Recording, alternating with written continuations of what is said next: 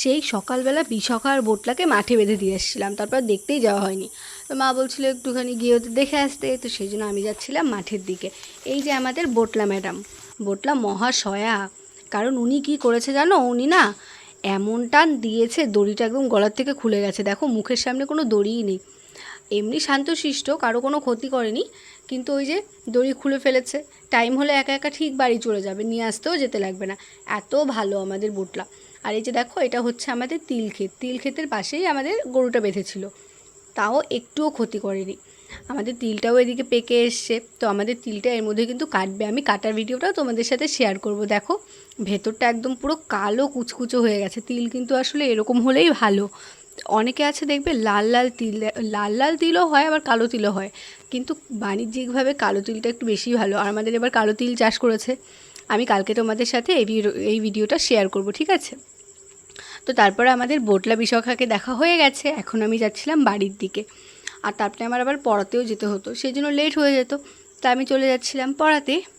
আর সেখানে গিয়ে আমার স্টুডেন্টের বাড়িতে না অনেকগুলো মাছ চাষ, মানে ওরা অনেক অ্যাকোরিয়াম নেই, তাও এরকম একটা বড় ড্রাম কেটে ওরা অনেকগুলো মাছ চাষ করছিল।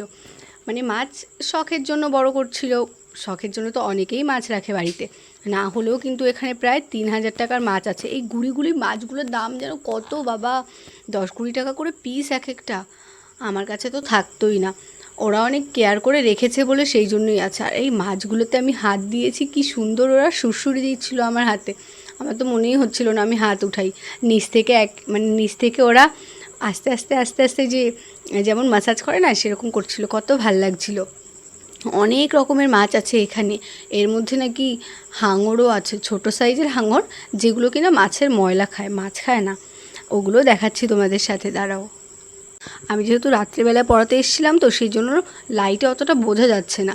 তোমাদের আমি যখন দিনের বেলা পড়াতে আসবো তখন একদিন দেখাবো, ঠিক আছে? আর এই যে আমার চুনুমুনু বাচ্চাগুলো, ওদের মাথার জন্য তো আমি ভিডিওই করতে পারছিলাম না। তো আজকের ভিডিওটা এই অবধি। ভালো লাগলে like, comment, share and subscribe my channel. Thank you.